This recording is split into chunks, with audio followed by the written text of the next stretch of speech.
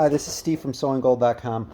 Just want to show you the difference between this genuine Juki bobbin winder and the aftermarket. So as you can see, the Juki bobbin winder engages no problem. With these new aftermarket bobbin winders I have, you will have to drill one additional hole. Okay, so what I'm going to do is I'm going to remove.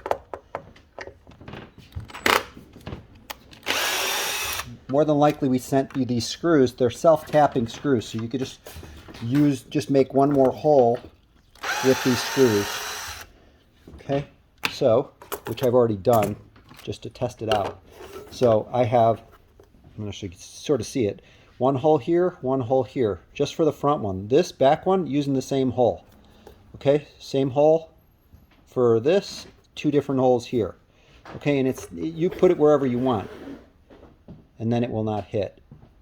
Okay, so it just basically moved over a little bit. So the front hole on these new bobbin winders is slightly different.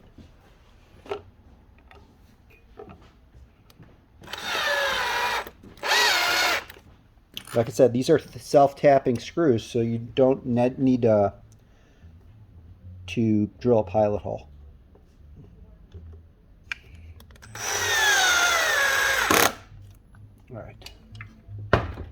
All right. So, same thing. Will not hit. Okay, but I had to, like I said, I drilled this hole slightly over. Okay? Now, just in case it doesn't fit, you can cut that little nub off the front here. You can cut it. It's not a problem. It's just a belt guard. It's just protecting your hands, and also protecting from thread not getting caught down here. But yeah, you can cut this off if you really want to, but it's not necessary. Okay? Works perfectly. All right, if you have any questions, just leave those comments below. Thank you very much.